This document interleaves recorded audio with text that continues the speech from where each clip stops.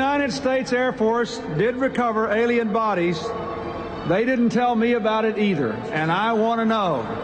Is it possible for the military to keep secrets about UFOs from the president? There's always things like that going on. Flying saucers, and they've had other things, you know. What does the commander-in-chief really know about extraterrestrials? We were facing an alien threat from outside this world. How many times has the United States defended itself from UFOs?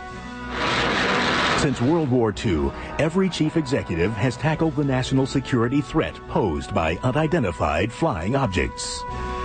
Discover the evidence behind these presidential predicaments as we open the UFO files on UFOs and the White House.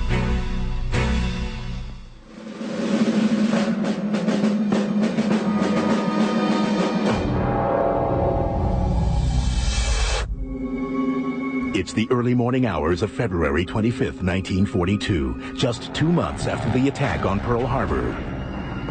All is quiet at the White House while President Franklin Delano Roosevelt sleeps.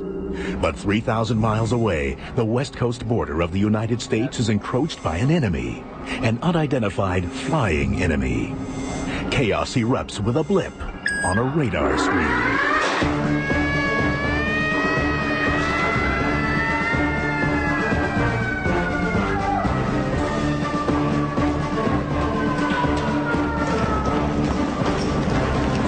A sequence of events may have involved the alarm or the report coming through to the radio operator notifying the duty sergeant. Alert, alert, this is not a drill, this is not a drill, alert, alert. And the duty sergeant sounding the alarm or ordering the alarm sounded.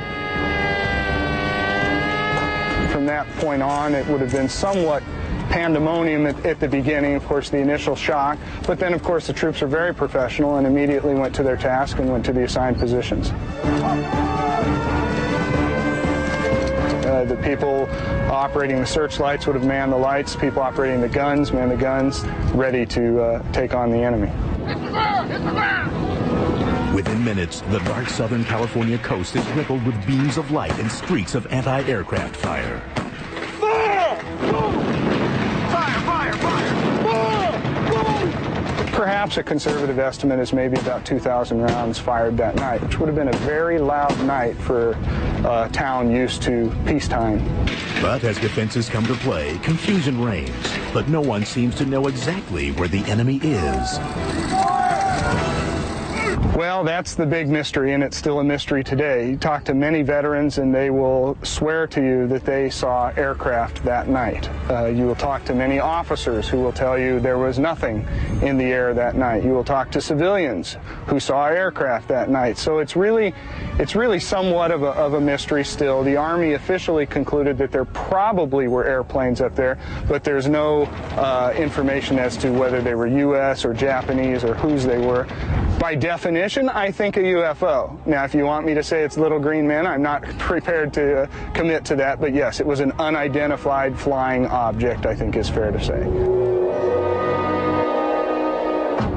For nearly an hour, the ballistic barrage peppers the skies. But as day breaks, it becomes apparent that the only damage caused by the soldiers is to the city of Los Angeles. Everything that goes up must come down, and of course the surrounding areas were littered with shrapnel fragments. So flak was raining down, and in some cases live shells actually came down and detonated. Of course, the media responded, as media does much of the time, with, you know, let's sell some newspapers. So perhaps the stories were exaggerated, perhaps not. In fact, one of the stories was going around about the LA thing was that the Japanese had submarines and that they were launching planes off of submarines, which makes absolutely no sense whatsoever. If you take eyewitness reports, they said it was hovering, not just going slow, it was hovering. They have the one photograph where this thing has all the lights focused on it and basically doesn't look like any type of plane that was available at that time. Accounts of citywide wreckage are explained to President Roosevelt in Washington. The task falls to General George C. Marshall, the War Department's Chief of Staff. Well, Marshall's letter is probably one of the most curious documents to ever be issued about the event. It says as many as 15 airplanes may have been there, varying at speeds from very slow to immediately increasing to 200 miles per hour, ranging from altitude from 9,000 to 18,000 feet. And again, no bombs were dropped, no casualties inflicted, no Allied or U.S. Navy or Army airplanes in the air that night. It just doesn't seem to make sense. If the Japanese had come all this way, we would have thought that there would have at least been some bombing, and certainly if there was more than one aircraft. Nobody can say for sure how FDR first reacted to word that his military responded to what some claim to have been an unidentified flying object. The only thing that came back from the president was a memo from him to Stimson, who was the Secretary of War. The president sent a curt message to Harry Stimson, demanding to know who was responsible for the air alarm systems in the United States, and if anyone other than authorized officials could have triggered them. How Stimson replied to FDR and how he explained the unidentified enemy remains a mystery. No records of his response were found in the National Archives or FDR's presidential library. At that time, I don't think they saw it as an extraterrestrial phenomenon.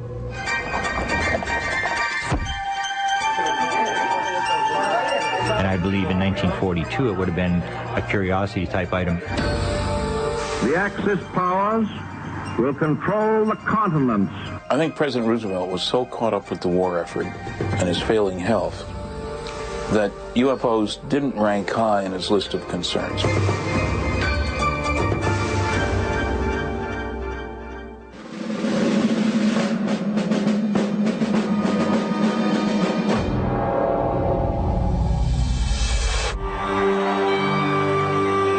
July 1947. New threats of war and a new enemy, the Soviet Union. That false philosophy is communism. Has Americans looking to the sky. Some say they see UFOs. President Harry S. Truman is informed of a possible incident in New Mexico. Suddenly Roswell occurs, they have a press leak, it started getting picked up all over the country. I see him as the first president to actually deal with the UFO issue in a public sense. And Truman was the man on the spot when this stuff hit big time.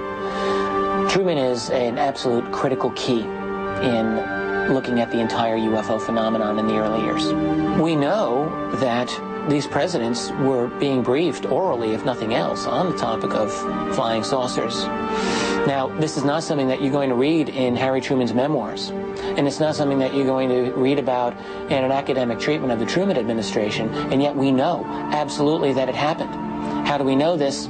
We know it from the man who gave Truman his briefings, and that was General Robert Landry, who was a colonel at the time in the Air Force. President Truman rewarded Landry, his personal pilot, for his exemplary service by appointing him as his Air Force aide on UFOs to consult with the CIA on the subject. And that he was told to report to the president orally and brief him orally every 3 months on the subject in UFOs, which he said he did up until the president left office. By my estimation, that could be as many as 18 briefings. Wouldn't you love to be a fly on the wall of some of those conversations? It's done orally.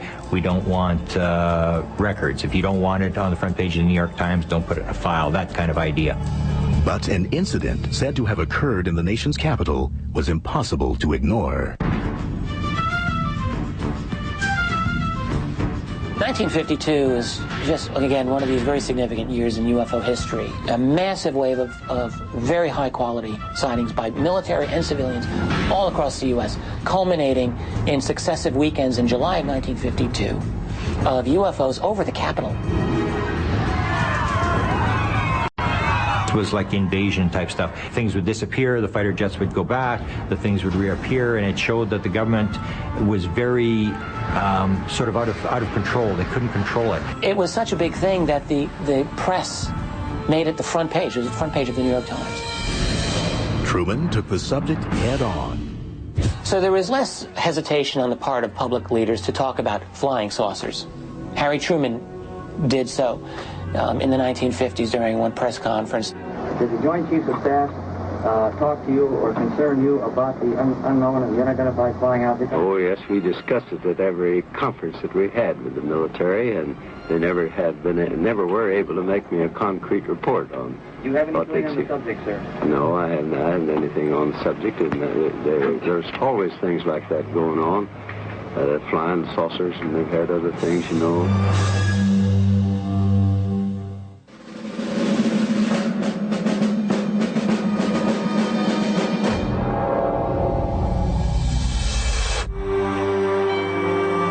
We shall never try to placate an aggressor by the false and wicked bargain of trading honor for security. While Truman addressed the subject publicly, he was never said to have a close encounter himself.